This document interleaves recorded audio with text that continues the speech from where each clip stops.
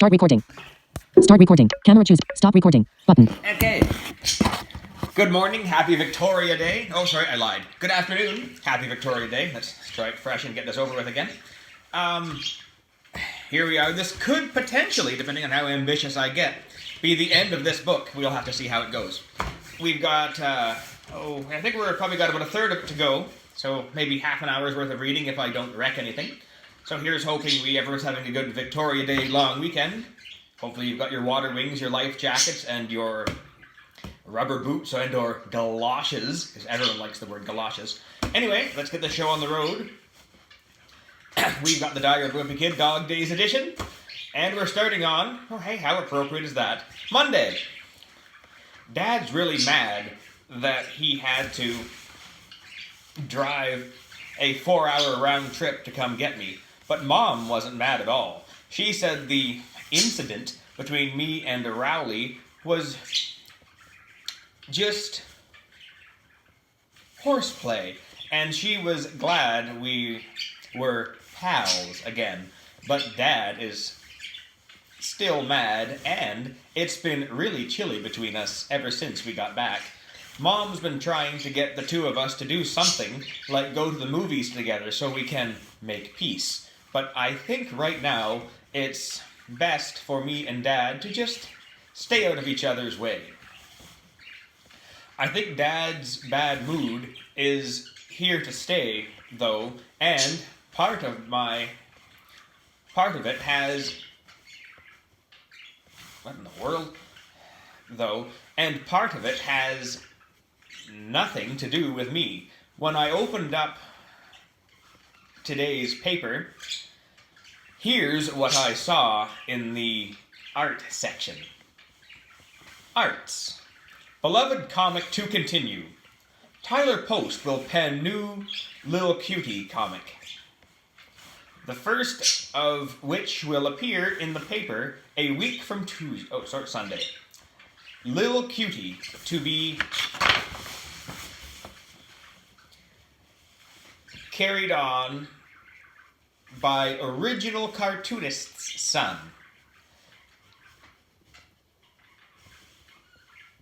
In a stunning development, Tyler Post, the son of Lil Cutie, cartoonist Bob Post, will take up the pen and carry on his father's enduring one-panel comic. I didn't really have a job or any big plans, so one day I said, "How hard can it be?" said Tyler, who at 32 is living with his father. It is widely believed that the Lil Cutie character is based on I don't know what that is. See Cutie, page 2. Relater, Leisure Towers residents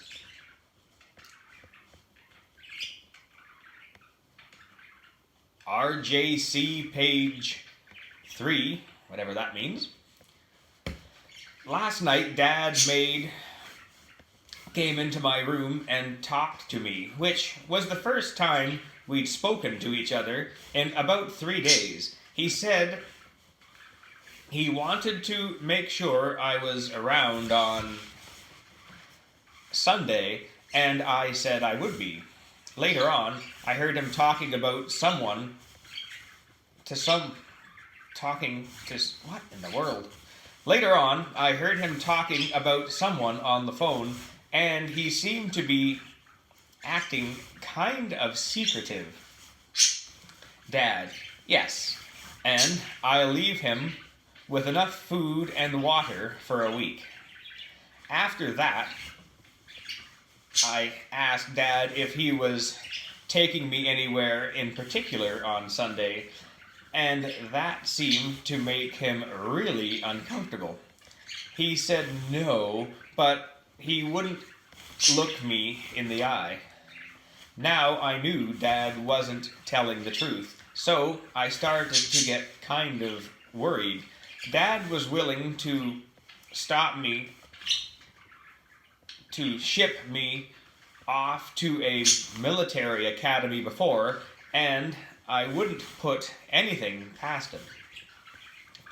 I didn't know what to do, so I told Roderick what was going on and asked him if he had any theories about what Dad was up to. He told me he'd think about it, and a little while later he came up to my room and shut the door. Roderick told me he thought Dad was so mad about the Rowley thing that he was gonna get rid of me. I wasn't sure if I believed him because Roderick's not always 100% reliable. But Roderick told me if I didn't believe him, I should go check out Dad's day planner and see for myself. So I went into Dad's office and opened his calendar to Sunday. And here's what I found. Sunday, August 22nd. Sell Greg. I'm pretty sure Roderick was pulling my leg because it looked an awful lot like his handwriting. But Dad's kind of an unpredictable guy, so I guess I'll just have to wait until Sunday to know for sure. Sunday.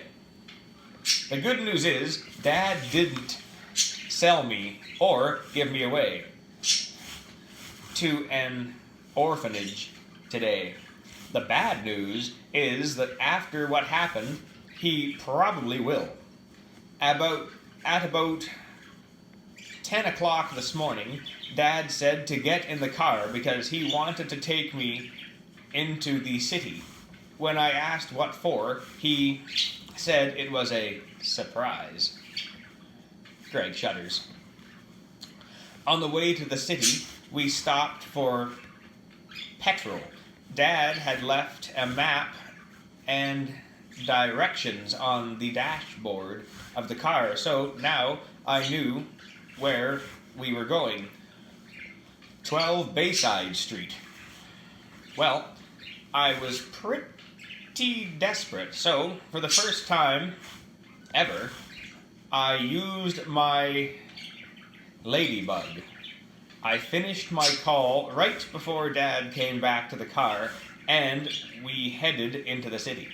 I just wished I'd taken a better look at that map, because when we pulled up to Bayside Street, I realized it was the parking lot for the baseball stadium, but then it was too late.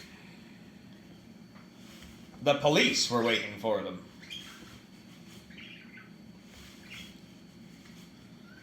It turns out Mom had bought us tickets to the baseball game for some special father-son bonding, and Dad was trying to keep it a surprise.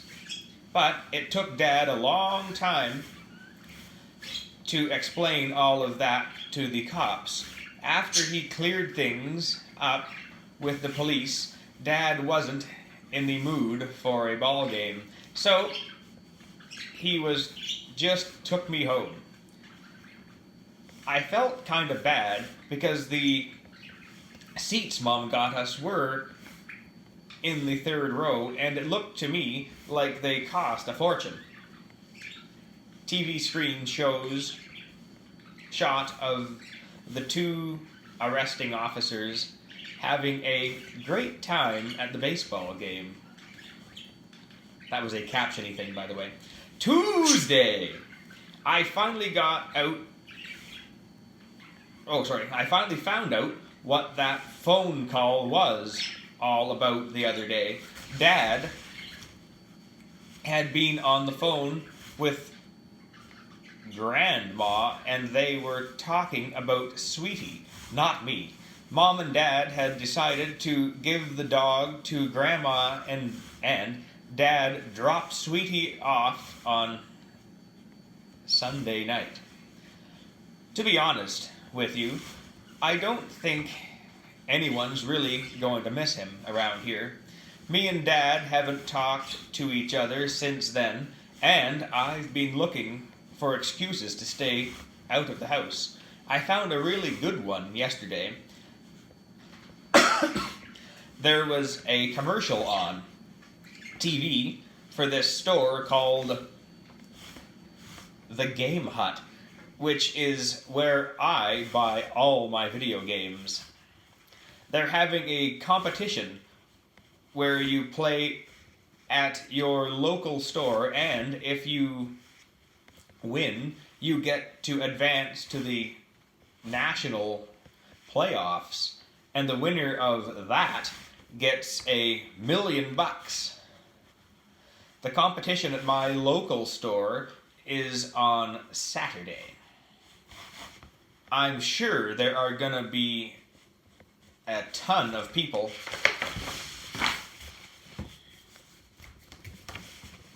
at this thing, so I'm gonna go super early to make sure I get a good place in line.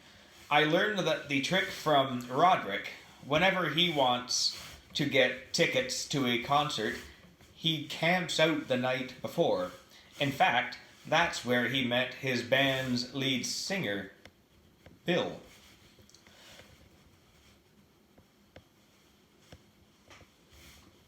Bill, Roderick, can I bum a crisp? Rowley and his dad were camping all the time, so he Alert. knew Low battery. he had a tent.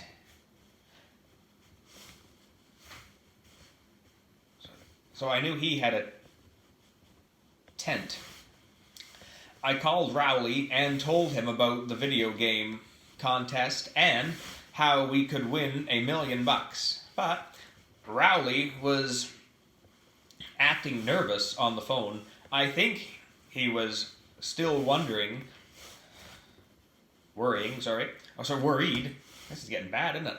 That I had electrical superpowers or something, and the only way to get him to calm down was to promise I wouldn't use them on him. Even after we passed that, Rowley didn't seem comfortable with the campout idea. He said his mom and dad banned him from seeing me for the rest of the summer.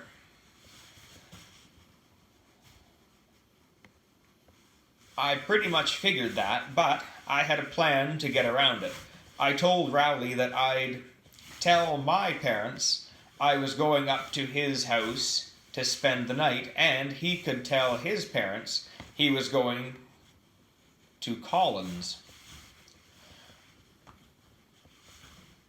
Rowley still didn't seem sure, so I told him I'd bring him his very own box of gummy bears if he came along, and that sold him. Hold on, there's going to be a microscopic intermission while I fix this here. 20% back. Low power. Close. Button. Back. Camera. Stop recording. All right, Button. there we go. Hopefully that didn't wreck anything. We're back Saturday. Last night we met at the top of the hill at 9. Rowley brought the camping equipment and the sleeping bag, and I brought the flashlight and some chocolate energy bars. I didn't have the gummy bears right at the moment, but I promised Rowley I'd buy him some the first chance I got. When we got to the game hut,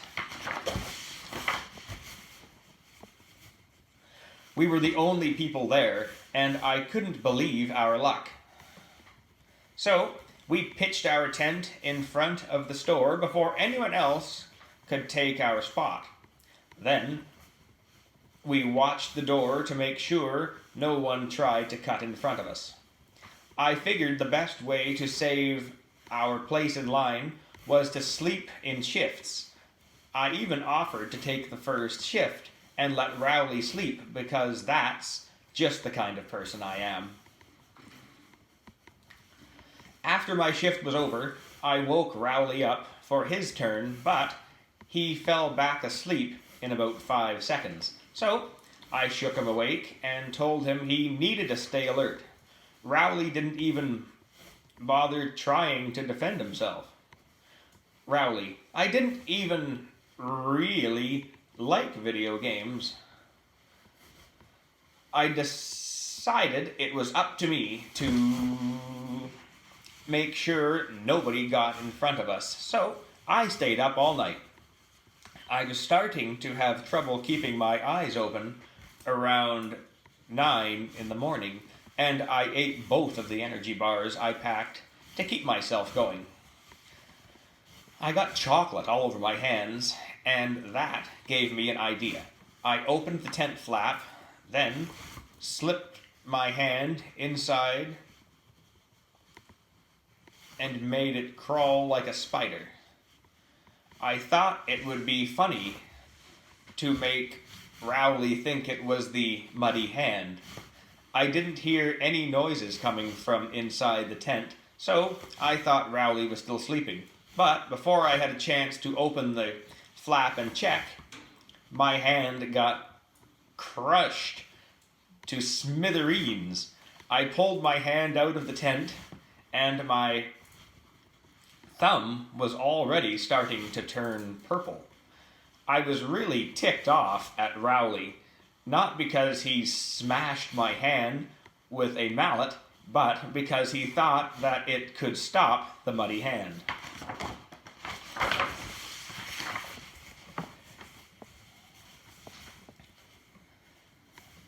Any fool knows that you have to either use fire or acid to stop a muddy hand.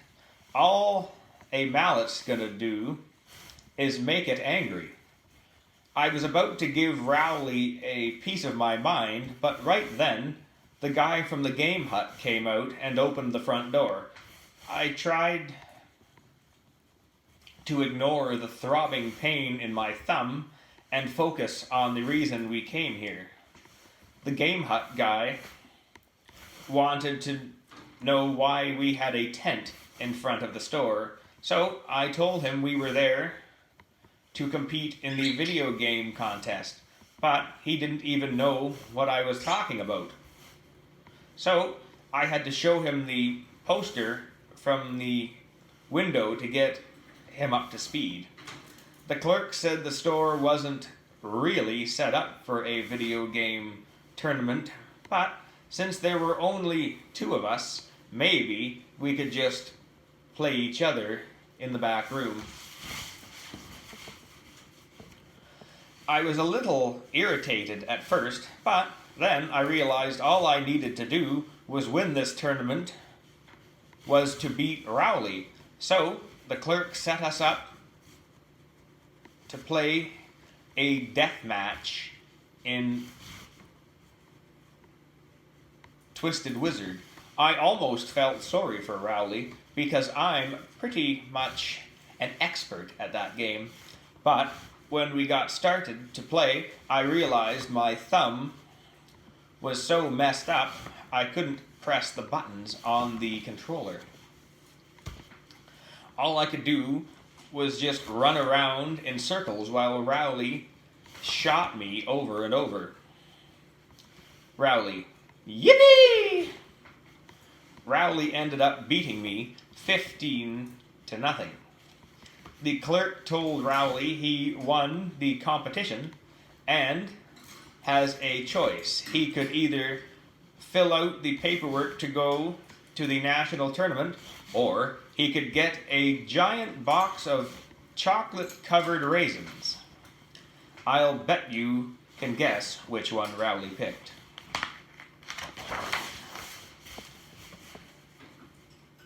Rowley picked up the chocolate-covered raisins. That was a captain thing. Sunday. You know, I should have just stuck with my original plan and stayed inside this summer because all my trouble started the minute I stepped out of the house. I haven't seen Rowley since he stole that video game competition from me, and Dad hasn't spoken to me since I almost got him arrested. But I think things started to turn around for me and Dad today. You remember that article about how Lil Cutie was being passed on from the father to his son? Well, the son's first comic came out in the paper today, and it looks like the new Lil Cutie is gonna be even worse than the original. The Alert. Low caption battery. says, "Daddy, can you make my hiccups hick down?" I showed Dad, and he agreed with me. Get a load of this, Dad. Let me see. That's when I realized things are gonna be okay between the two of us. Me and Dad might not agree on everything, but at least we agree on the important stuff. I guess some people would say that hating a comic is pretty flimsy foundation for a relationship, but the truth is, me and Dad hate lots of the same things. Me and Dad might not... Tone it down, you two. Me and Dad might not have one of those close father-son relationships, but that's fine with me. I've learned that there is such a thing as too close. Mr. Jefferson and Rowley are in the bathroom together. Mr. Jefferson brushes his teeth while Rowley sits on the toilet, reading a comic. I'm pretty sure that was a caption. Mr. Jefferson, so, did you have a good summer? Rowley, yeah.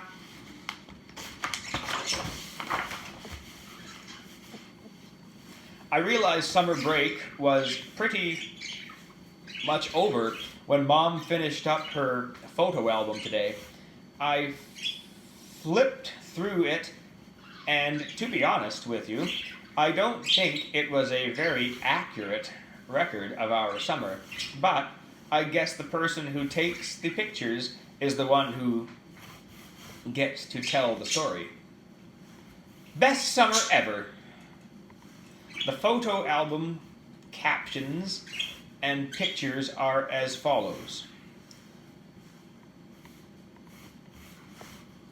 The Reading is Fun gang says, no video games.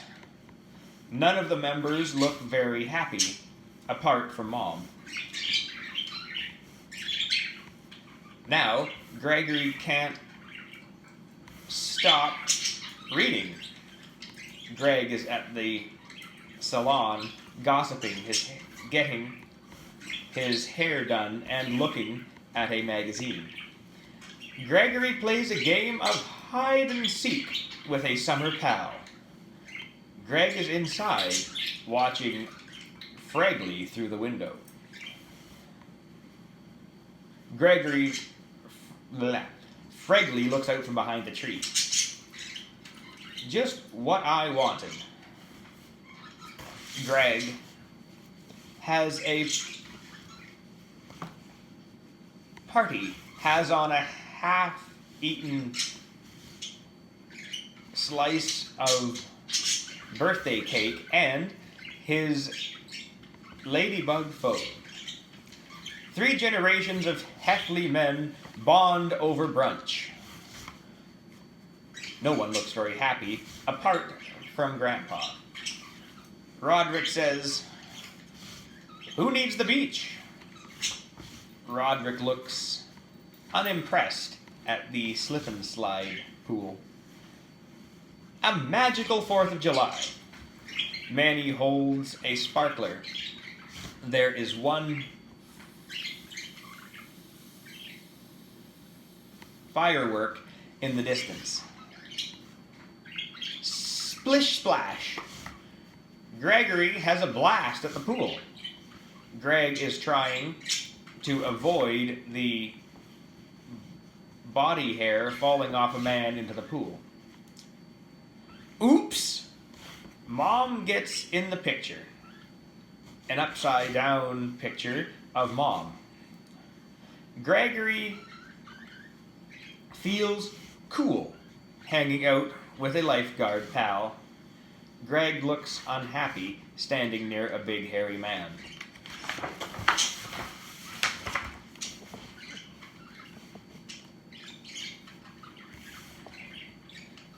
Best friends. Greg and Rowley ignore the two books in front of them. And that is the end. I don't think anybody wants the acknowledgements, do they? Thanks to all the fans. Yeah, no, we don't want that. Alright, that is in fact the end of Diary of a Wimpy Kid Dog Days.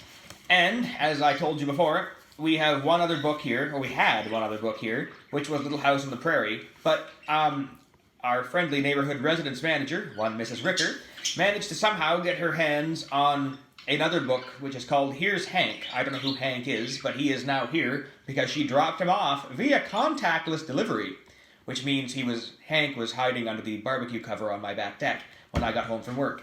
Anyway, so our next book, because one of my students requested it, will in fact be Here's Hank. So we'll find out who Hank is when he officially gets here, when we have our next little session. So, happy Victoria Day, even though it does seem like it's a week early. Hopefully you're staying dry, as previously mentioned. And we will talk to all of you when Hank arrives. Bye. 10% battery. Low power mode. Close. Button. Back. Camera. Stop recording. Button.